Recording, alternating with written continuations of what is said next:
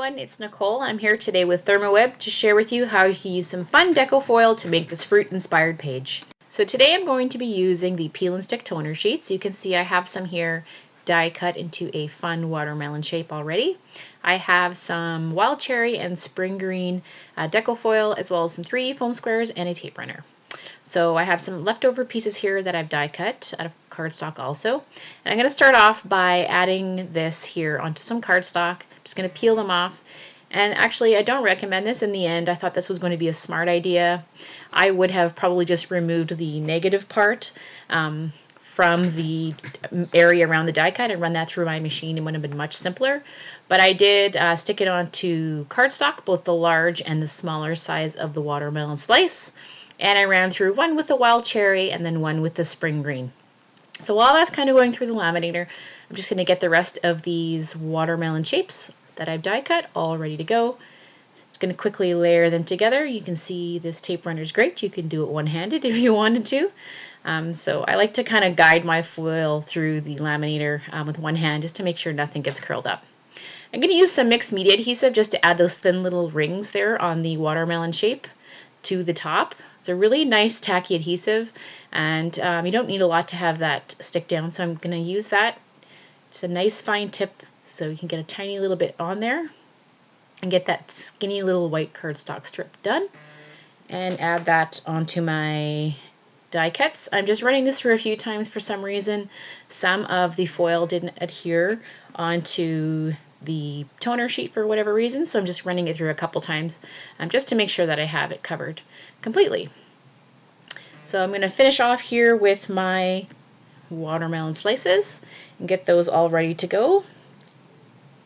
And then I'm going to layer my foiled ones as well the same way. So I'm going to take the green and the red, and then I'm going to add that same little white strip there to make the watermelon. And while I'm doing that, I'm going to take these clear toner sheets and I'm actually going to print the seeds for the inside of the watermelon slices on my printer. I'm just going to use, I have a laser printer, so I'm just going to print that off, and as you can see here, and then I'm going to get those ready to adhere on top of my die cut designs. So I'm just going to get my cherry red put through my laminator one last time, and then I should be good to go. Now I'm going to go ahead, and had I been a little bit smarter, I would have actually die cut these out on my digital die cutting machine too, but I was not, so I'm just going to cut these out by hand.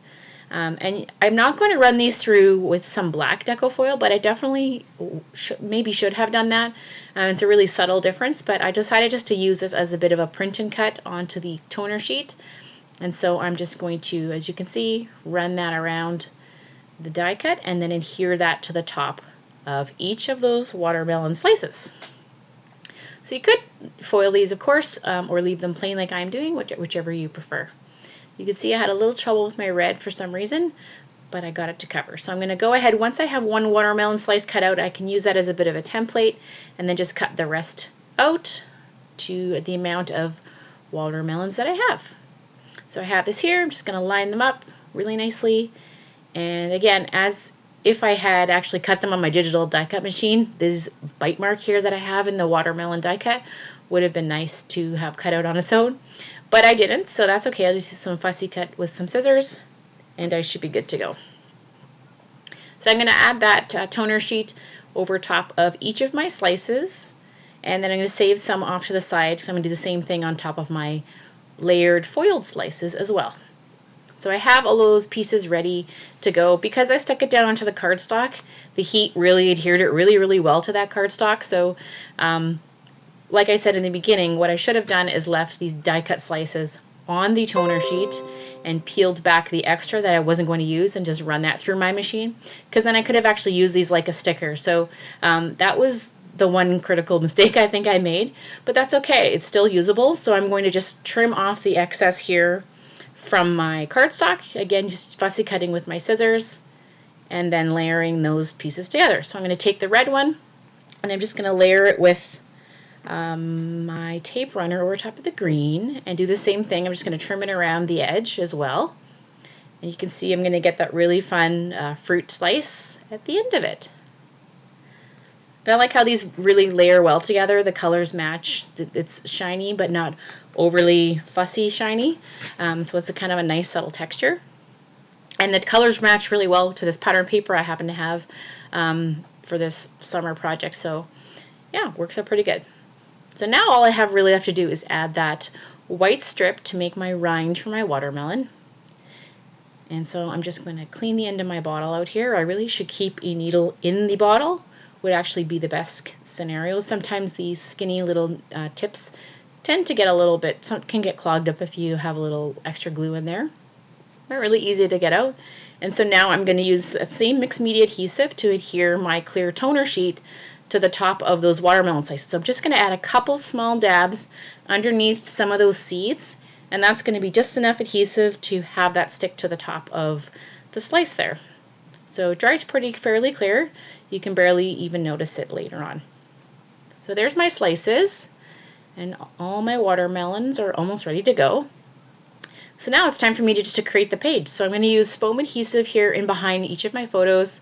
I love this foam adhesive. It's nice and thick and puffy. Adds a lot of dimension. So I'm going to add that behind my photo and then just grab some summer papers here to layer onto my page.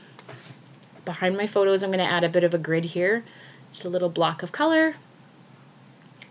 And again, just peeling off that adhesive. I like to use a bit of a paper piercer just to kind of get that off. Nice and easy. And I thought about adding some of this fruit paper in behind would be kind of fun, a play off on those watermelon slices. So I'm going to add those on, and then I'm going to do the same thing with the foam adhesive behind my watermelon slices, and I'm just going to kind of play around with where I want to put those on my page. I'm going to tuck one underneath my top photo and one in the bottom there. Just kind of play around with where I want to have all those pieces. And then again, just going to peel that backing off the foam adhesive and get these stuck down the page. So these watermelon slices were really simple and easy to make. The cut files are available. I think this was from the Silhouette store, if I'm not mistaken. So you can just download it and cut to your heart's content. And I'm going to trim off some of the edges here really quickly. And then I'm just ready to finish off the rest of this page. You can see that clear toner sheet with the watermelon seeds on the top. Super easy to stick. You can't see that glue at all right there, so that holds it really nicely together, the mixed media adhesive, a really, really fun way. So now I'm just going to embellish those watermelon slices with this fun little watermelon clip. I have this collection from Doodlebug, which really goes well with all the fruit. So I'm going to go ahead and just use a kind of a rainbow color of letters for my title, and just add some simple embellishments around my page. Nothing super fancy, just some simple things. I really want to have those larger watermelon slices kind of be the star of the show. So I'm just going to fiddle around a little bit with the letters and then get that stuck down the page. So I like to line them up on my ruler. It's kind of the easiest way. And then I can kind of move it around my title work, move it around where I like it to go. I'm going to add these letter stickers here for my title. And I'm going to start with a rainbow of colors. So I'm going to use yellow. I'm not really going in a particular rainbow order, but I'm just going to start off with yellow, maybe go into some orange, and then red, and then I'll do a little bit of green and some purple just to finish off all those colors I have kind of around the edge of the page there and that paper. And so you can see it's really simple to get pretty big impact on your page with just a small amount, a few tiny steps.